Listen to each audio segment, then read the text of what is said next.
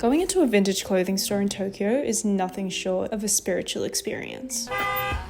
Get in, loser, we're going shopping. Are you looking for the perfect pair of pre-loved Levi's, track pants, a denim jacket, a vintage tee, or a cozy sweatshirt? Well, look no further than literally any vintage store in Tokyo. Okay, maybe you won't find your dream piece in just any vintage store in Tokyo, but I guarantee it will be a lot easier to find something that you like, something that is great quality and in even better condition, especially compared to some of the vintage stores and secondhand stores elsewhere in the world. I'm looking at you, Australia. In Australia, there is every motherfucking fast fashion label in the world hanging on the racks in those charity shops. And whilst of course there is a difference between curated vintage stores, secondhand stores, and then charity stores, or opportunity shops as we call them in Australia, you are definitely more likely to find a hidden gem in Japan. Or not so hidden, really. The secondhand stores in Japan actually more closely resemble the curated vintage clothing stores in other countries. Quote, "There's no rough here, no trash. Everything is good. Everything is well chosen. Every item of clothing and piece of paraphernalia has already gone through a rigorous selection process conducted by someone with far better fashion sense than you," end quote,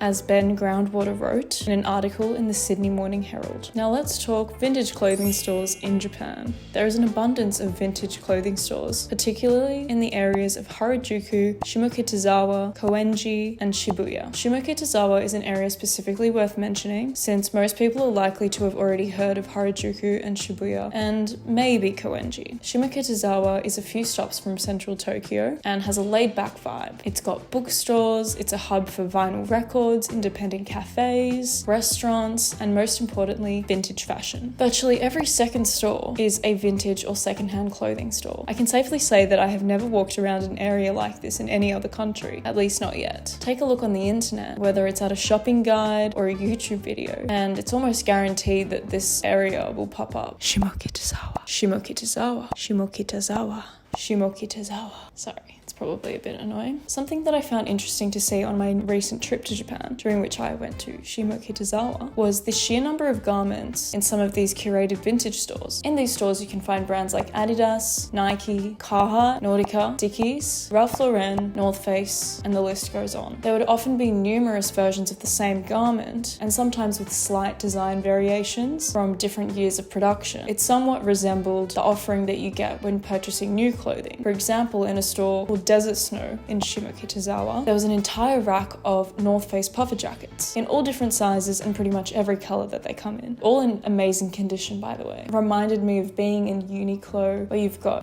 all the reds, all the browns, all the pinks, all the whites, whatever color clothing you're looking at, and you've just got heaps of the same piece all lined up next to each other in all the different sizes. It was kind of quite shocking to me, because it's just crazy to me that they could have so many of the same piece. Anyways, also I think it's important to note that this shop that I just mentioned, Desert Snow, has not one, not two, not even three, but 4 store locations in Shimokitazawa, which are all within 5 minutes walking distance to one another. If that doesn't tell you how serious vintage and secondhand clothing stores are in this area, I don't know what does. When I was there recently, our group kept going to the wrong stores because we didn't know that there was 4 different versions of this shop. So just why are there so many goddamn vintage and secondhand clothing stores? Well, of course, there are a few likely reasons. To quickly name a few before we delve deeper, we've got affordability, the appreciation of well-made garments, which also ties into concerns around consumption habits and environmental sustainability, and the extremely diverse and ever-evolving fashion scene in Japan. People, quote, love clothing and accessories with a story, something of good quality that has traveled, something that you can repurpose to tell your own tale, end quote, as Ben Groundwater wrote in an article in the Sydney Morning Herald. I can tell you a story about this top jacket thing. Wow, I bought it in Japan in a vintage store. I wasn't really looking for anything, but this caught my eye. I don't really wear denim.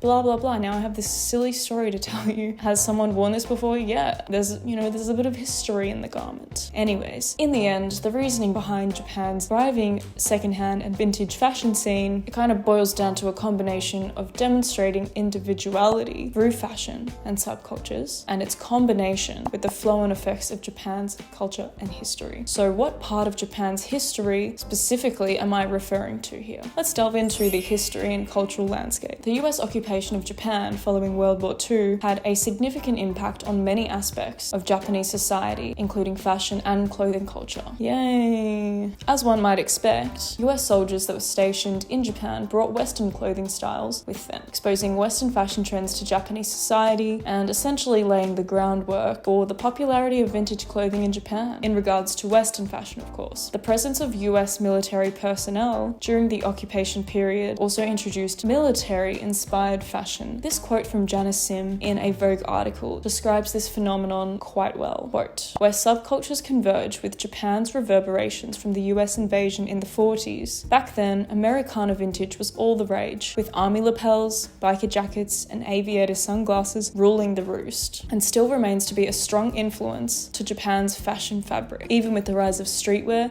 and independent local designers." During my recent trip to Japan, I was actually hyper aware of all the Americana vintage clothing pieces, the most obvious being specifically US military jackets. Honestly, it kind of made me feel a bit weird because there really just were a lot of pieces, like probably a couple hundred pieces in one store alone that I visited. So full racks of just US military like vests, jackets, bomber jackets, overalls. Another factor that we cannot ever ignore, usually always a part of anything to do with fashion, nostalgia. Never underestimate the power of nostalgia. Nostalgia. Sounds weird when you keep saying it. Clothing can certainly evoke feelings of nostalgia for certain periods or styles, and evoke emotions associated with specific eras and cultural moments in history. Nostalgia's role in fashion is essentially an added layer to the meaning of a piece, which is separate or in addition to a garment's aesthetic appeal. It's another form of storytelling, just like the one I told you before about this. And again, it links back to the notion of individuality in fashion. We love nostalgia. Think the revival of Y2K fashion, 90s fashion, retro fashion, bohemian fashion. Not every style is for everyone, but these all reference the past and, quote, give us a sense of comfort and familiarity in an ever-changing world. Human psychology is firmly ingrained with the allure of nostalgia, as Harshit Patel writes in an online article. Nostalgia. The next thing I want to talk about is the notion of wabi-sabi and its likely contribution to the popularity of vintage clothing in Japan. Wabi-sabi is a Japanese aesthetic philosophy that finds beauty in imperfection, impermanence, and the natural cycle of life. The Vogue article that I previously mentioned also points out that the Japanese notion of wabi-sabi has likely played a big role in just how much Japan continues to embrace vintage clothing decades down the track. Wabi-sabi is a state of mind that embraces authenticity, finding value in things that are used, and seeking beauty in imperfection and simplicity. Vintage pieces are their own small, unique piece of history, safe from the ever-changing trends in fashion. Whilst this notion of wabi-sabi stems from Japanese philosophy, imperfections are embraced around the world, of course, as they can give things character, which ultimately links back to the aspect of finding individuality in fashion. Another factor contributing to vintage and secondhand fashion scene is space. Well, the lack thereof. Tokyo as a city is extremely densely populated, with a population of 13.96 million as of 2021. Smaller houses and apartments means limited storage, and combine this with the prevalence of minimalism and the culture of cleanliness and decluttering, it's the perfect storm for secondhand stores, really, as they provide a perfect solution for decluttering where people can buy, sell, or donate pre-loved, unused items. Last but not least, we have to mention globalization. Of course, it would be ignorant not to mention globalization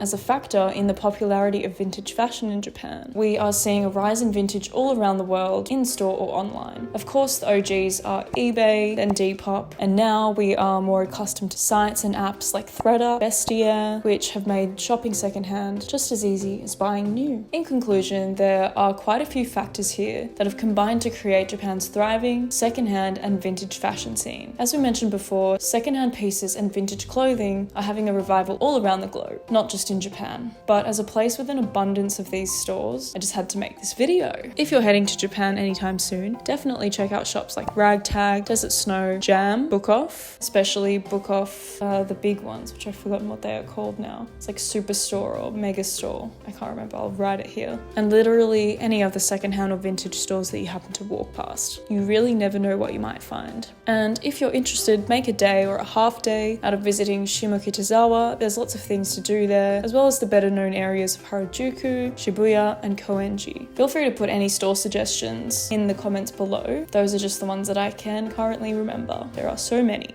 Also, be aware of the post-Japan depression that will kick in the minute that you return home. No more 7-Eleven, no more hot and cold beverage vending machines, and no more Family Mart. You have been warned. Goodbye. That sounded creepy at the end. Goodbye.